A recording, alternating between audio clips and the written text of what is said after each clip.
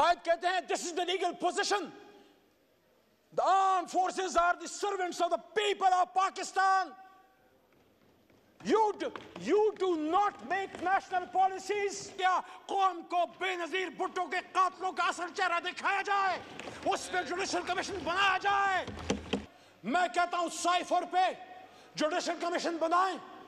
میاں صاحب کے الزام ہے, اس پہ بھی کمیشن بنائیں. اس عوام نے تو چنا, لیاقت علی خان کو بھی چنا, کیوں اس کو چنا دیا گیا؟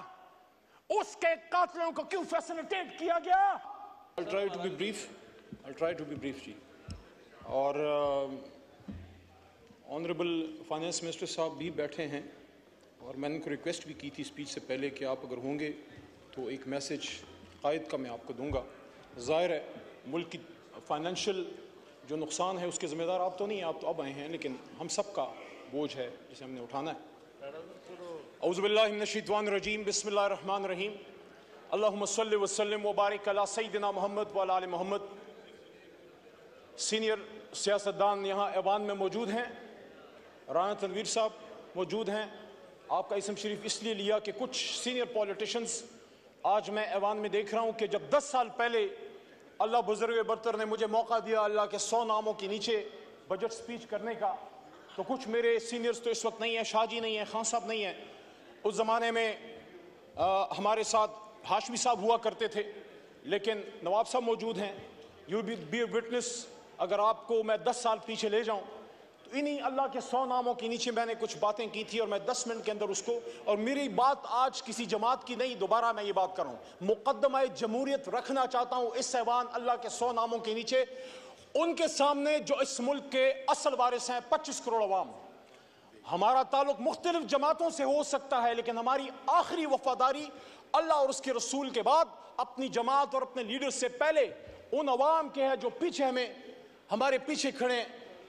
کوئی لاہور سے آیا ہے, کوئی کراچی سے آیا ہے, کوئی خیبر پختونخوا کے بلند و بالا پہاڑوں سے آیا ہے. مجھے آج یہ بات بڑی خوبصورت یاد آئی ہاشمی صاحب کی, جو انہوں نے مجھے ایک دفعہ کی تھی. وٹو صاحب نے فرمایا تھا, میں پوچھا ہاشمی صاحب آپ سیاست میں کیوں آئے, ڈپٹی اسپیکر صاحب, تو انہوں نے کہا یار مجھے ایک جگہ ایسی چاہیے تھی جہاں کہ میں اپنی بات کر سکوں.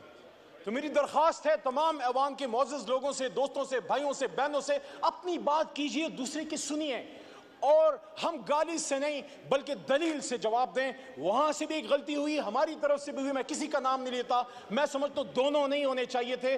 ہمیں اس ایوان کو ایک ایسا ایوان بنانا ہے جناب ڈپٹی اسپیکر صاحب کہ جس کے ہمارے بچے نوجوان ہمیں فالو کرتے ہیں, ہم ان کے لیے لیڈرز ہیں. ہر باپ ہر ماں اب کم از کم اپنی بیٹا یا بیٹی کا لیڈر ضرور ہوتا ہے. جو درد آج وسیم صاحب آپ نے بیان کیا, پچھلی اسمبلی میں نے یہ بات کی تھی, ہم سب پاکستانی ہیں. پشتون ہم نے ووٹ کی طاقت سے بنایا, پنجابیوں نے قربانی دی, سندھی بلوچ سب نے. میں برملا اس کا اظہار کرتا ہوں, سب سے بڑی قربانی پاکستان کے لیے اگر کسی نے دی ہے, اردو سپیکنگ نے دی ہے, کہ اپنا گھر چھوڑ کے پاکستان کو گھر بنایا. آؤ ان کو سینے سے لگاؤ, اور ساتھ میں بلوچ کو بھی سینے سے لگاؤ. تو آج سے 10 سال پہلے ڈپٹی اسپیکر صاحب آپ کی فل توجہ آج مجھے چاہیے. آپ دیندار آدمی ہیں, اور میں نے آپ کو ہمیشہ جائے نماز پہ اپوزیشن لابی میں دیکھا تھا.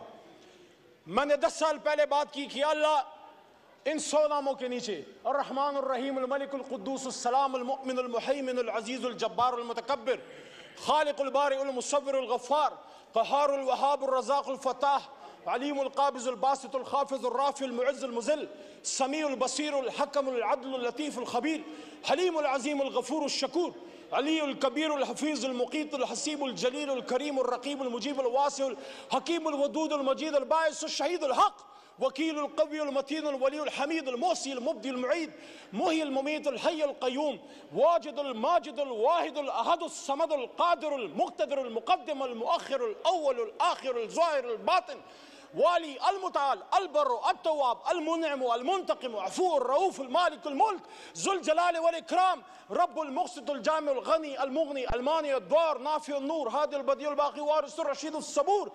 اللہ کے 100 ناموں کے نیچے ہم سب اس بات کا عہد کرتے ہیں, آپ ہو یا ہم ہو, ہم اس بات کا عہد کرتے ہیں یہ پاکستان ہماری ماں ہے, اپنی ماں سے زیادہ اس پاک سرزمین کے وفادار رہیں گے. اور اس کے بعد قائد اعظم